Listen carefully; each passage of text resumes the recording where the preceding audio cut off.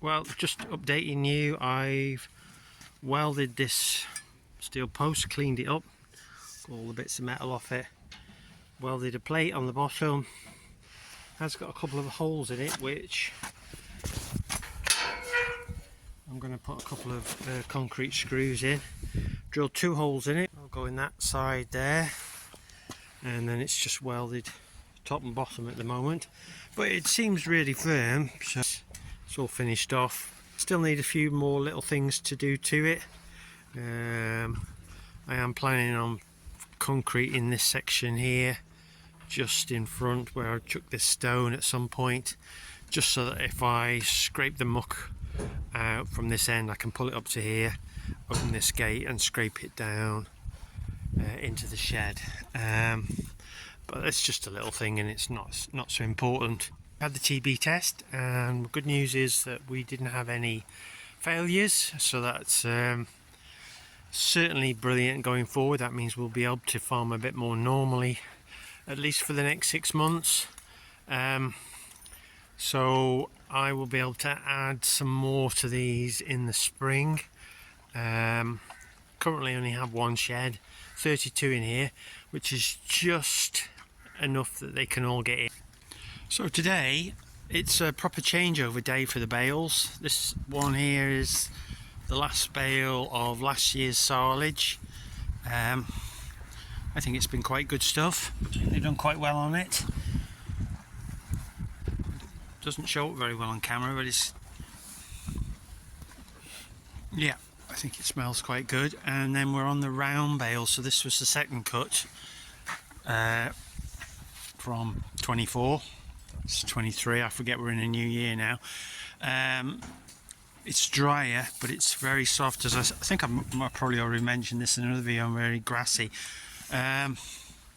What I do like about these bales though, and I'll just open one and I'll show you.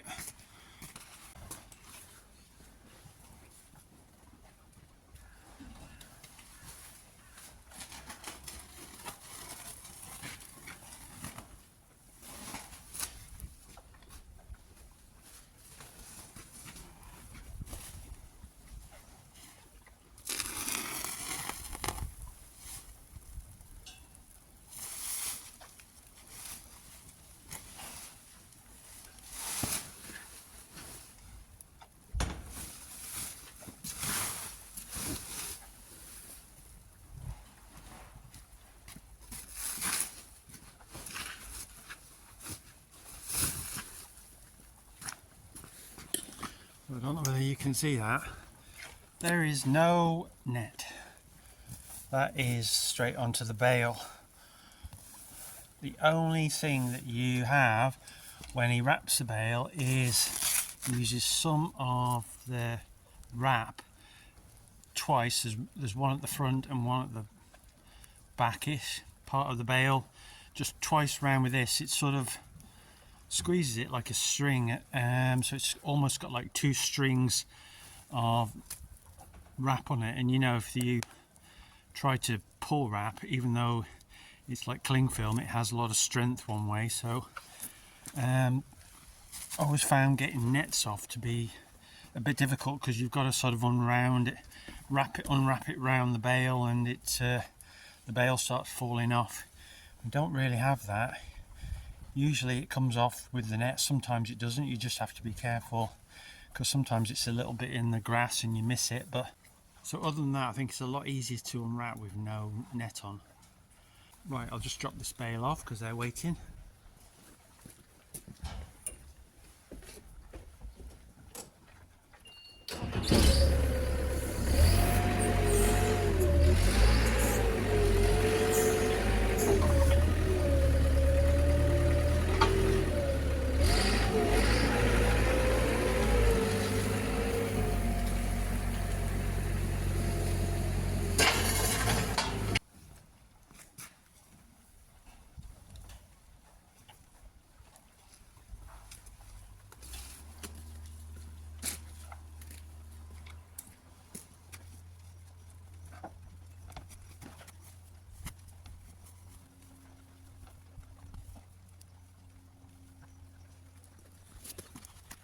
So I'm not sure how other people feed in. I'll be interested to know. It's a long time since I fed round bales.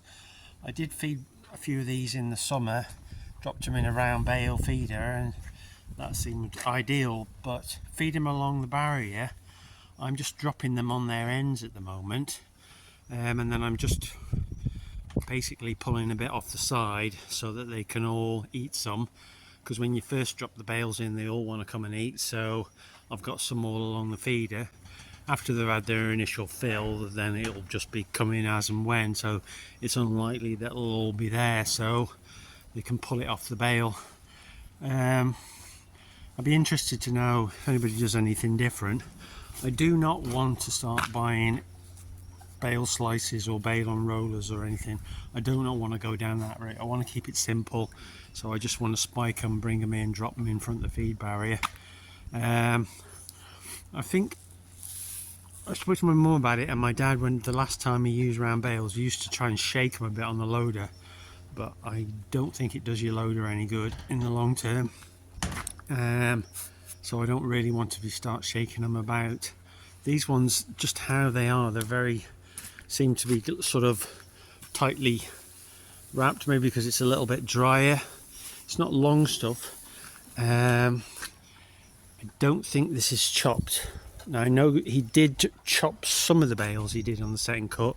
He said, I've chopped some of them to give you a trial to see the difference. I don't think we've got to any that are chopped yet.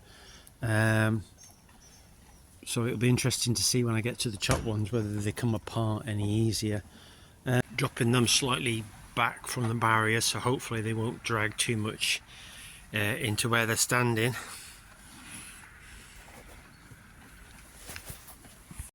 And then I'm kind of hoping as they eat from one side of the bale, some of it will come loose on the other side of the bale, and then I could be able to just fork it or pick it up and throw it in between the bales.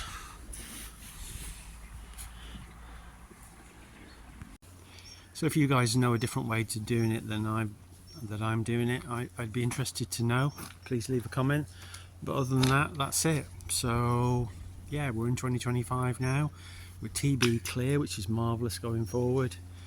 It looks like we've got some pretty decent silage this winter as well. Anyway, thanks very much for watching. Catch you again soon.